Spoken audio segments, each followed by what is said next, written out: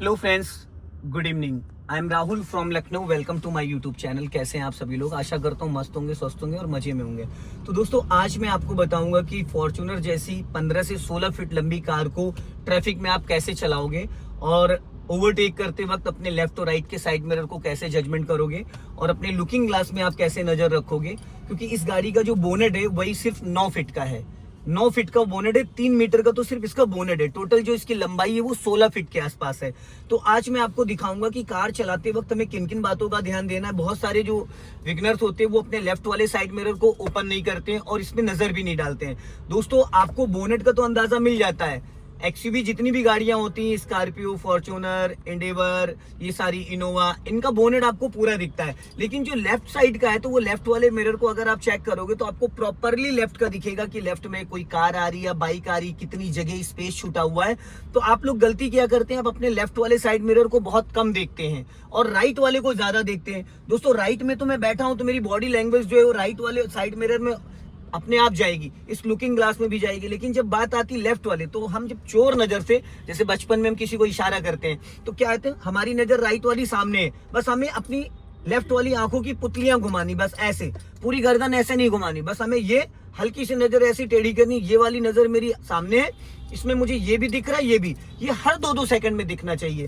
जब भी कार चलाएं, सीट बेल्ट लगाना कंपलसरी है, क्योंकि सीट बेल्ट नहीं लगाते हो तो जो एयरबैग होता है वो नहीं ओपन होता। और जिन गाड़ियों में एयरबैग नहीं होता है तो वो सोचते हैं कि सीट बेल्ट क्यों लगाना। नहीं, देखिए, इसको नॉर्मल हम ऐसे खींच रहे तो यहाँ तक खींच गया, देख रही है, पूरा खींच गया। अब इसको अगर हम झटके से खींचते हैं, देखो ये टाइट होता चला जाता है। जब कभी भी कोई एक्सीडेंट वगैरह होता है तो जब गाड़ी हमारी पलटती तो हमें ये ऐसे टाइट करता चला जाता है इससे, और ये यहाँ से जो आपका एयरबैग ओपन होता है। अगर एयरबैग नहीं भी ओपन होगा तो हमें ये ऐसे टाइट कर लेता है, और ये इसके बीच में जब एक्सीडेंट होता तो ज्यादातर ड्राइवर के हार्ट पे ये चीज बैठ जाती है या उसका सर यहाँ फट जाता है, ठीक है। और लेफ्ट में भी तो सीट बेल्ट लगाना वेरी इंपॉर्टेंट है। आज मैं आपको दिखाऊंगा कि कार को चलाते वक्त इस ट्रैफिक में हमें किन किन बातों का ध्यान देना है। और फर्स्ट गियर से आपको 4th गियर तक कार चलाना बताऊंगा। मैंने 100% क्लच दबाया, न्यूट्रल चेक किया, पहले इग्निशन ऑन किया, फिर हमने इंजन स्टार्ट कर दिया। मैंने राइट का सिग्नल दिया, राइट वाले साइड मिरर में मैंने चेक किया और मैंने फर्स्ट गियर डाला। बहुत सारे व्यक्ति कहते हैं कि जब हमें राइट टर्न नहीं करना है तो हम राइट का सिग्नल क्यों दें। तो दोस्तों, मैं आपको बता दूं आपकी जानकारी के लिए कि कार मेरी पिछले 5 मिनट से यहाँ पे स्टॉप है। तो अब मैं अपनी कार को अगर रोड पे लेके जा रहा हूँ तो उसके लिए मुझे राइट वाले साइड मिरर को चेक करना और पीछे से आने वाली गाड़ियों को मुझे अलर्ट करना है। मुझे उनको ये बताना है कि मैं रोड पे आ रहा हूँ। तो ये चाहे 2 व्हीलर हो चाहे 4 व्हीलर हो, आपको हमेशा एक चीज का ध्यान देना है कि अपने राइट साइड का सिग्नल देना है, चाहे बाइक हो चाहे कार हो, कुछ भी हो। तो उसमें आपको क्या है कि आपके पीछे से जो भी व्हीकल आ रहा है वो अलर्ट रहेगा, अपनी गाड़ी को स्लो डाउन कर लेगा और आपको स्पेस मिल जाएगा। अब मेरे सामने देखिए MG गैलेस्टर जा रही है। अब मैंने थोड़ी सी स्पीड बढ़ाई और यहाँ पे कर दिया मैंने 3rd gear. First gear 0 to 10, second gear 10 to 20, but second gear में हम 30 तक जा सकते हैं। जब हमें 3rd गियर की प्लानिंग करनी होती है तो हम 30 तक जा सकते हैं। वैसे नॉर्मल चलना है तो 10 to 20 तक आप चल सकते हो। अभी मेरी गाड़ी चल रही है 3rd गियर में। 3rd गियर की स्पीड मैक्सिमम होती है 40।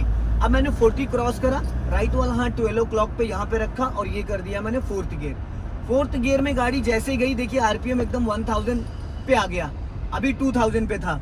तो जब छोटे गियर में गाड़ी चलती तो इंजन का जो RPM है वो बढ़ा रहता है, साउंड ज्यादा रहता है। जब आप बड़े गियर में चलते हो, अभी देखिए जो RPM है 1000 से नीचे आ चुका है। स्पीड मेरी 40 से 30 है। अब मेरे सामने देखिए जो स्पेस है कम है, मैंने क्या करा, ब्रेक से पहले स्पीड कम करी और सामने देखो श्रीमान जी अचानक आ गए।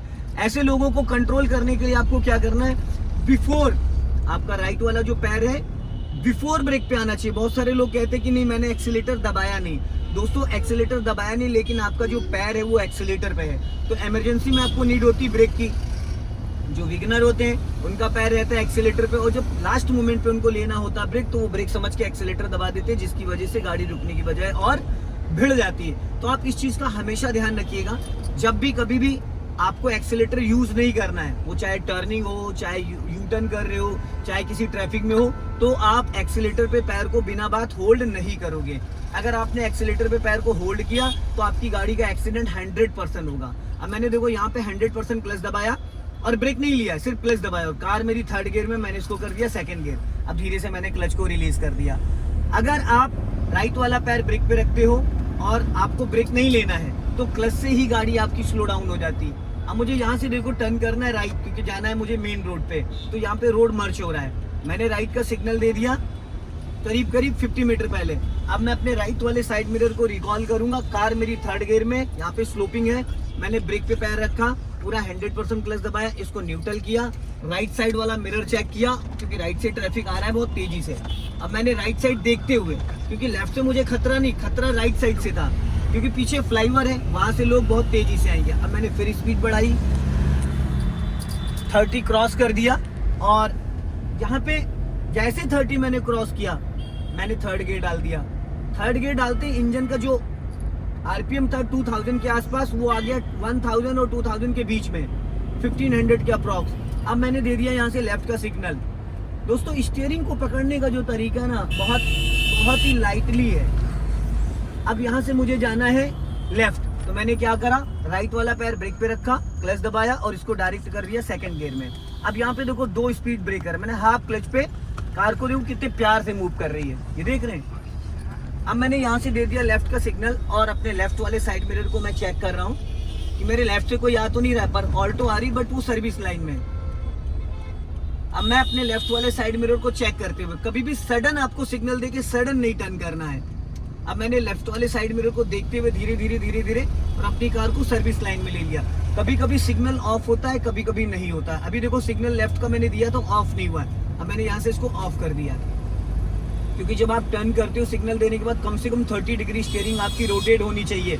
अगर 30 डिग्री स्टीयरिंग रोटेट नहीं हुई है तो फिर आप ये समझ लीजिए कि आपका साइड जो सिग्नल है लेफ्ट राइट का, वो ऑटो कट नहीं होगा। अब हमें यहाँ से चलना है सीधा। अब देखिए यहाँ पे क्या है ना, सामने लगा है ट्रैफिक। अब इस ट्रैफिक में कार को हम कैसे चलाएंगे, बम्पर टू बम्पर। अब अगली गाड़ी का हम कैसे जजमेंट करेंगे, तो मेरे सामने देखी जा रही है नेक्सॉन। तो नेक्सॉन की नेम प्लेट दिखनी बंद हो जाए, इसका मतलब आगे आपको गाड़ी नहीं बढ़ानी है, क्योंकि उसकी नंबर प्लेट जब यहाँ से दिखनी बंद हो जाती है वाइपर ब्लेड से, तो आपकी कार, आपकी नेम प्लेट और उसकी नेम प्लेट के बीच में 1 मीटर का फासला होता है। कितना? 1 मीटर, जो कि 3 फीट होता है। 1 मीटर जो होता है वो 3 फीट होता है, ठीक है। अब यहाँ पे देखो सामने जो जिन गाड़ियों की नंबर प्लेट बम्पर पे लगी होती है, उनकी नंबर प्लेट को फॉलो करो आप। जिन गाड़ियों की नंबर प्लेट डिग्गी पे लगी होती है, उनके बम्पर को फॉलो करो। और बम्पर पे क्या फॉलो करना, जहाँ पे सेंसर लगे होते हैं, छोटे छोटे बटन टाइप के, अगर आप देखोगे वहां पे कैमरा भी लगा होता है आफ्टर मार्केट, तो बस उसको आपको, अब जैसे बाइक या स्कूटी आपके सामने जा रही है, जैसे मेरे सामने स्कूटी जा रही है, तो यहाँ पे देखो उसकी भी मैं नंबर प्लेट को ही फॉलो करूंगा। अब मैं यहाँ से लेफ्ट टर्न करूंगा, और मैंने लेफ्ट का सिग्नल दे दिया 100 मीटर पहले, क्योंकि ये है टेढ़ी पुलिया चौराहा और यहाँ पे ट्रैफिक ज्यादा रहता है, ऑटो वगैरह, क्योंकि काफी बड़ा चौराहा है। मैंने यहाँ पे वापस सेकंड गियर कर लिया और हॉर्न दे दिया, और अपने लेफ्ट वाले साइड मिरर को मैं चेक कर पा रहा हूँ धीरे धीरे।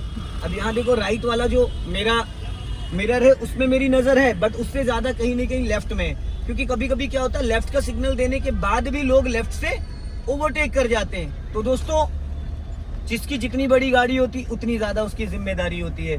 तो first gear, third gear, second gear, fourth gear, fifth gear, ये जो गियर है ना, गियर का सबसे पहले तो आपको ये भी समझना है कि गियर कब लगाना, कितनी स्पीड होनी चाहिए। अब देखो बंदे ने जैसे यू टर्न का सिग्नल दिया, तो हमें क्या करना है, गाड़ी को रोक लेना, अगले बंदे को भी आपको समय देना है, उसको भी निकलने देना। अब ये देखो दोस्तों सिंगल रोड है, अभी सिंगल रोड पे हम चल रहे हैं, तो यहाँ पे डिवाइडर नहीं है।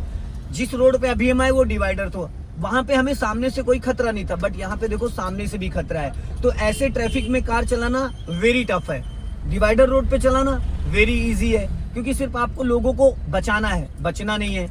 अब यहाँ पे देखो सामने जो 2 पट्टियां दिख रही हैं, ये 2 पट्टियां एज ए डिवाइडर। अब हम रोड इसको क्रॉस नहीं करेंगे, लेकिन अगर हमारी लाइन में कोई आ रहा है तो हम क्या करेंगे, यहाँ पे उसको पासिंग डिपर देंगे। तो जब पासिंग डिपर देते हैं तो उसकी आंखों में लगता है, ये देखिए सामने जब मैं डिपर यूज कर रहा हूँ। हालांकि आजकल जितनी गाड़ियां आ रही है उसमें 3 ऑप्शन होते हैं, एक ऑटो लाइट, एक आपका क्या बोलते हैं पार्किंग लाइट, और एक होती है हेड लाइट। तो ज्यादातर आजकल जो भी गाड़ियां उनकी ऑटो लाइट पे अपने आप स्विच ऑन रहता है, जो एलईडी डे में भी जलती रहती है।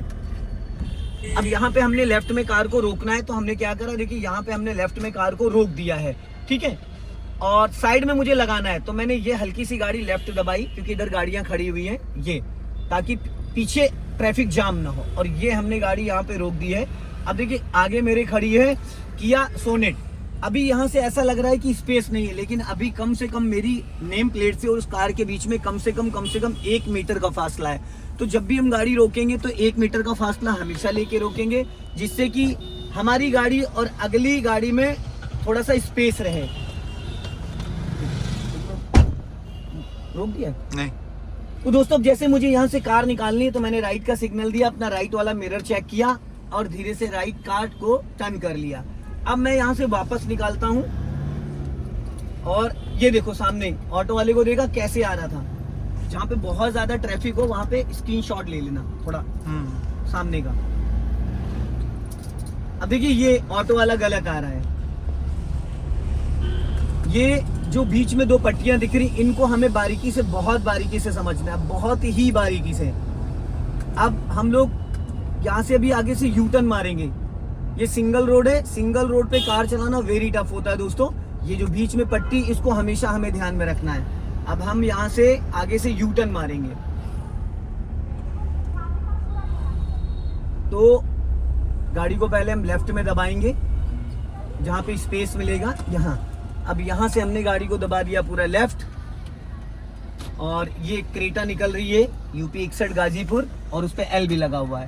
अब मैंने 90 डिग्री से स्टीयरिंग को पूरा घुमा दिया यहाँ पे, देखिए फुल, और मैंने कर दिया यहाँ पे फर्स्ट गियर, क्योंकि ट्रैफिक तेजी से आ रहा है और क्योंकि रुकने वाला कोई नहीं दोस्तों। तो यहाँ पे हमें क्या करना है, गाड़ी को बहुत स्लोली निकालना है।